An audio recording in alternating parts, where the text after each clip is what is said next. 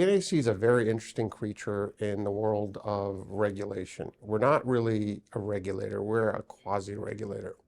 In the United States, insurance products are regulated by the states and territories. So we act as a central clearinghouse for those state regulators.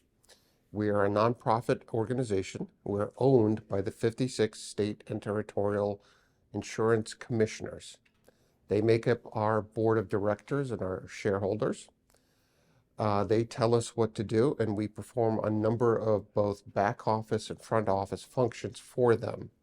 So we, in addition to looking at the asset side, which is I think the key here, we also do statutory accounting. That's done in our home office in Kansas City. We also do data collection. So we also do filings for policies and rates for the policyholder facing side of the insurance company. So we do quite everything.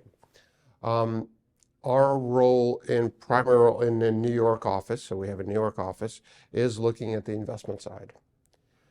Traditionally, that's encompassed something called the SVO, Securities Valuation Office. They do provide credit analysis on holdings. And now, since 2013, includes my group, which does the same for RMBS and CMBS. So we analyze all RMBS and CMBS held by insurance companies with a vendor, currently BlackRock.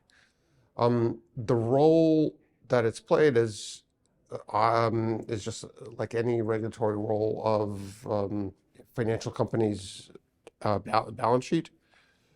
We are tasked by the regulators to either look at certain asset classes or maybe put them back to the rating agencies or back and forth, whichever way they decide, and we just follow what they tell us to do.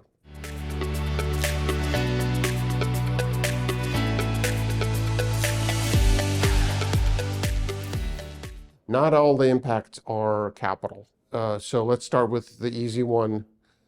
The residuals of all asset-backed securities, not just CLOs, will be held at 45% on a separate schedule starting with 2024, year-end 2024. Most of the insurance company filings are year-end, starting from that. Now that applies to all asset-backed securities, all the residuals of asset-backed securities.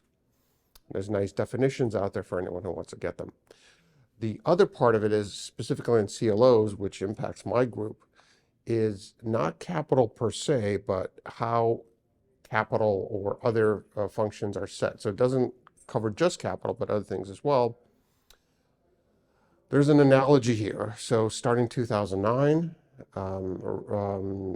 there was some concern about how rating agencies were producing ratings for RMBS, subprime.